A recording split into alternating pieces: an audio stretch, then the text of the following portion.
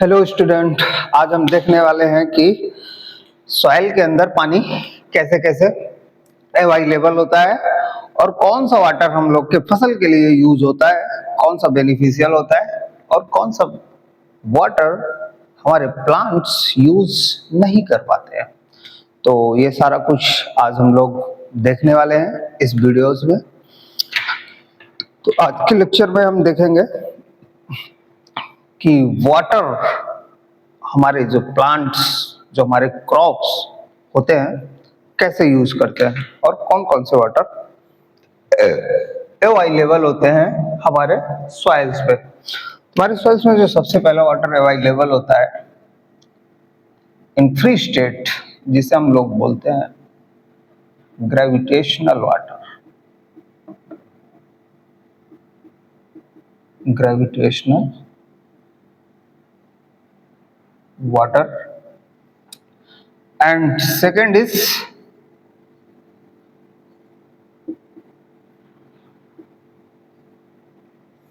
capillary water, और third is hygroscopic water।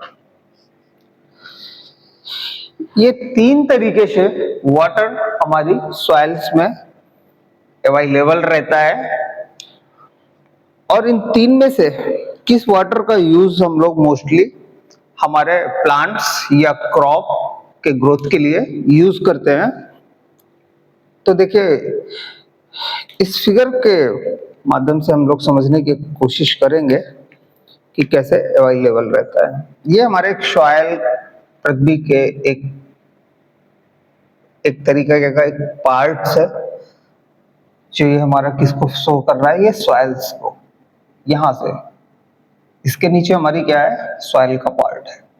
तो जो हमारा पानी सॉइल के ऊपर जो इकट्ठा हो जाता है हमारे खेतों में ऊपर या तालाब में, जो भी एक जगह पे जब कलेक्ट हो जाता है, जब बारिश स्टार्टिंग में जब बारिश होगा तो हमारी जो सॉइल रहती है वो ड्राई रहती है।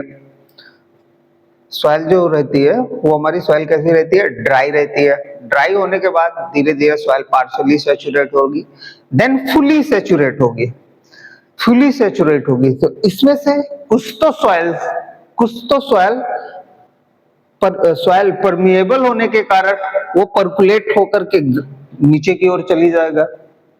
कुछ ग्राउंड वाटर हमारा पर्कुलेट होकर के ग्राउंड वाटर टेबल में चला जाएगा, और जब सॉइल फुली सैचुरेट होती जाएगी और बारिश बहुत तेज हो रही होगी, या हम लोग इरिगेशन भी जब करते हैं, खेतों में पानी भर देते हैं, तो स्टार्टिंग में तो पर्कुलेट होकर के नीचे जाता है, लेकिन जब सॉइल हमारा फुली सैचुरेट हो जाती है तो फिर वो क्या होता है, खेत के ऊपर भी पानी भर जाता है।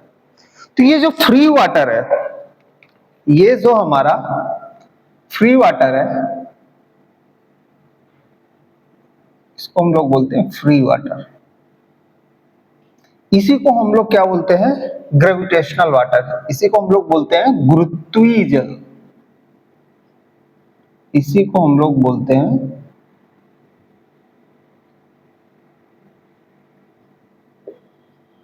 गुरुत्वीय जल। अगर हमको इस ग्रेविटेशनल वाटर की जरूरत होती है तो हम अपने खेत में रखते हैं, अदरवाइज इसको क्या कर देते हैं, निकाल देते हैं, या फिर ये खुद ही ग्रेविटी के कारण स्लो हो जाता है। इसलिए हम लोग इसको क्या बोलते हैं, ग्रेविटेशनल वाटर बोलते हैं या ग्रेविटी वाटर बोल देते हैं। तो ये खुद ही निकल जाता है, या फिर हम इसको निकाल भी सकते हैं मैन्युअली। कुछ क्रॉप्स हमारी ऐसी होती है जिनमें ग्रेविटी वाटर हमको क्या करना पड़ता है, भर के रखना है, खेत के ऊपर भर के रखते हैं। जैसे कि मेनली हम लोग धान की फसल के लिए क्या करना पड़ता है, हमारे सॉइल के ऊपर भी पानी को भर करके रखना पड़ता है। बट ऐसी फसल भी होती है जिनमें इसकी कोई नीड नहीं होती, तो फिर हम लोग को क्या चाहिए रहता है कि इसको हम लोग क्या कर दें, अपने फील्ड में से इसको निकाल दें या फिर फ्लो करा दें। देन उसके नीचे जो सॉइल में जो वाटर मौजूद होता है किसके कारण? मॉलिक्यूलर अट्रैक्शन फोर्स के कारण, मॉलिक्यूलर अट्रैक्शन के कारण जो वाटर सॉइल की कैपिलरी में अवेलेबल रहता है उसको हम लोग क्या बोलते हैं? केस्कीय जल।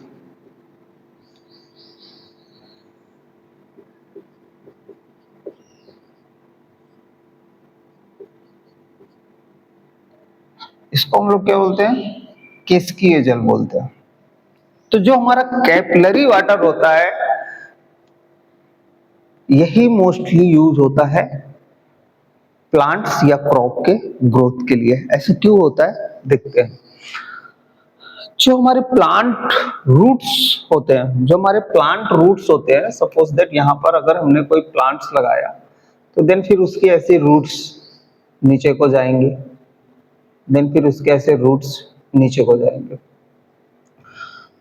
तो जब बारिश का टाइम आता है तो बारिश होती रहती है, वाटर पर्कुलेट करता रहता है नीचे, वाटर पर्कुलेट करता रहता है नीचे। तो यहाँ पर क्या होते हैं? पतली पतली नलियां बन जाती हैं। पतली पतली यहाँ पर क्या होती है? नलियां बन जाती है। और कोर्सिव फोर्स के कारण क्या होता है? वाटर नीचे से चढ़ने लगता है इन कैपिलरी ट्यूब्स में। इन कैपिलरी ट्यूब्स में वाटर रुक जाता है। जब नीचे पर्कुलेट होता है तो रुक जाता है, और अगर जरूरत पड़ता है तो नीचे से ऊपर आ जाता है। किस एक्शन के कारण? कैपिलरिटी एक्शन के कारण। जैसे कि हम लोग कैपिलरी ट्यूब के एक्सपेरिमेंट में भी हम लोग देखते हैं कि जब एरिया बहुत स्मॉल होता है और बहुत स्मॉल होता है तो बाहर का एटमॉस्फेरिक प्रेशर ज्यादा हो जाता है, तो फिर ये क्या करने लगता है? वाटर इसमें क्या करने लगता है? ऊपर राइज होने लगता है। तो ऐसा ही कुछ एक्शन हमको किसके अंदर देखने को मिलता है? सॉइल के अंदर देखने को मिलता है। तो इस कैपिलरी वाटर को जो हमारे प्लांट रूट होते हैं इनको एक्सट्रैक्ट कर लेते हैं। इसलिए मोस्टली हम लोग को कैपिलरी वाटर क्रॉप ग्रोथ के लिए इंपॉर्टेंट होता है। और इसी को ही हम लोग क्या बोलते हैं? इसी को ही हम लोग बोलते हैं उपलब्ध वाटर।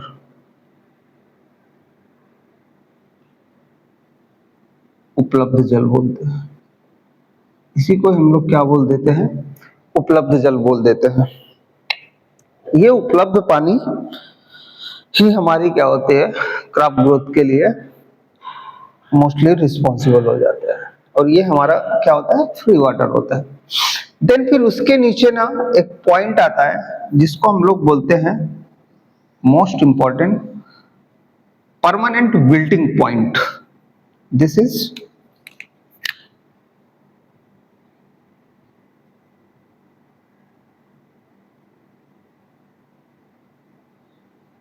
परमानेंट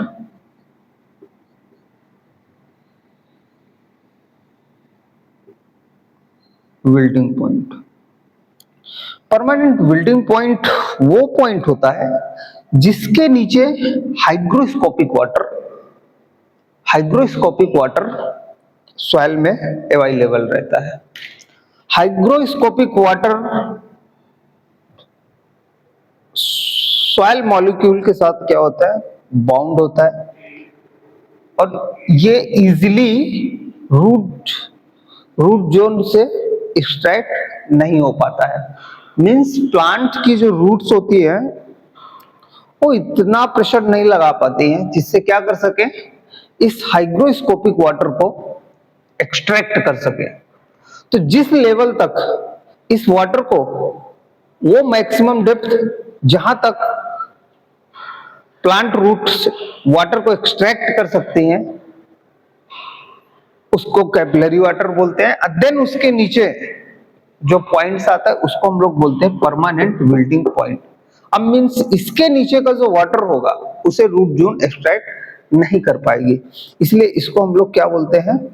आर्द्रता ग्राही जल। आर्द्रता ग्राही जल। ये जल प्लांट ग्रोथ के लिए बिल्कुल भी यूज नहीं होता है। और अगर इस वाटर को हमें अपने सॉइल में से अलग करना है तो इसके लिए हमको सॉइल को 105 से 110 डिग्री सेंटीग्रेड तक हमको हीट करना पड़ेगा, तभी ये हमारे सॉइल पार्टिकल्स में से अलग हो सकता है। परमानेंट विल्टिंग पॉइंट वो पॉइंट होता है जिसके नीचे roots zone, plant roots water को एक्सट्रैक्ट नहीं कर सकती हैं। अब देखिए इसमें एक और फिनोमेना देखने को ये मिलता है कि गर्मी में अक्सर पौधे हमारे क्या हो जाते हैं, मुरझा जाते हैं, बट शाम को वापस से फिर हरे भरे हो जाते हैं। ऐसा इसलिए होता है कि जब दोपहर में हीट बहुत ज्यादा होती है, दोपहर में हीट बहुत ज्यादा होती है, तो इस हीट्स के कारण क्या होता है, जो कैपिलरीज में जो वाटर अवेलेबल होता है वो वेपोराइज हो जाता है। मतलब जितना वाटर प्लांट्स को या क्रॉप को चाहिए था वो अवेलेबल नहीं हो पाता है, क्योंकि उसमें से कुछ पार्ट्स क्या होता है, सनलाइट के कारण वेपोराइज हो जाता है, जिसके कारण दोपहर में हम लोग देखते हैं कि जो हमारा प्लांट से वो थोड़ा सा मुरझाया हुआ है, थोड़ा सा मुरझाया हुआ है। बट जैसे ही शाम आती है धीरे धीरे टेम्परेचर कूल डाउन होता जाता है, तो जितना वाटर चाहिए था प्लांट रूट्स को वो फिर वापस उसको मिलने लगता है। तब फिर हमें वापस से फिर दिखता है कि हमारे जो पौधा मुरझाया हुआ था वो वापस से फिर पहले जैसा दिखने लगता है, एकदम हरा भरा सा। तो ये इसके कारण होता है कि कैपिलरीज का जो वाटर होता है वो वेपोराइज हो जाता है, कैपिलरीज का जो वाटर होता है वो वेपोराइज हो जाता है। एक और फिनोमेना यहाँ पे देखने को मिलता है कि जब बारिश खत्म होती है, बारिश का सीजन जब खत्म होता है, तब किसान अक्सर क्या करता है कि वो पहली जुताई करता है। पहली जुताई किस लिए करता है, क्योंकि जो बारिश के पानी के कारण जो पर्कुलेट होकर के नीचे जा रहा था वो किसी न किसी रास्ते से होकर के जा रहा था, और जिस रास्ते से वो होकर के जा रहा था, जिस रास्ते से वो होकर के जा रहा था उसमें से बन रही थी कैपिलरीज, उनमें से कैपिलरीज बन गई। अब अगर कैपिलरीज को हम नहीं तोड़ेंगे तो क्या होगा, सारा वाटर जो होगा ना वो वेपोराइज होने लगेगा। तो जब हमारा फसल बोने का टाइम आएगा तो हमारा जो कैपिलरीज में जो वाटर रुका हुआ था वो तो वेपोराइज होकर के निकल गया। इसीलिए हम लोग बारिश खत्म होने के बाद एक बारी ऊपर से क्या कर देते हैं, जुताई कर देते हैं, जिससे कैपिलरीज क्या हो जाती है, टूट जाती है। और देन वापस फिर जब बुआई का टाइम आता है तो फिर जब प्लांट्स की रूट्स बड़ी होती हैं तो वो रूट्स नीचे को जाते हैं और वापस से ये कैपिलरीज वाटर को यूज करने लगती हैं प्लांट रूट्स। तो बेसिकली ये चीज हमको देखने को मिलती है in case of plant growth, कि सॉइल में कैसे कैसे किस किस फॉर्मेट में हमारा वाटर अवेलेबल होता है और प्लांट्स उस वाटर का कैसे यूज करती है। तो ये था हमारा सॉइल वाटर। Thank you.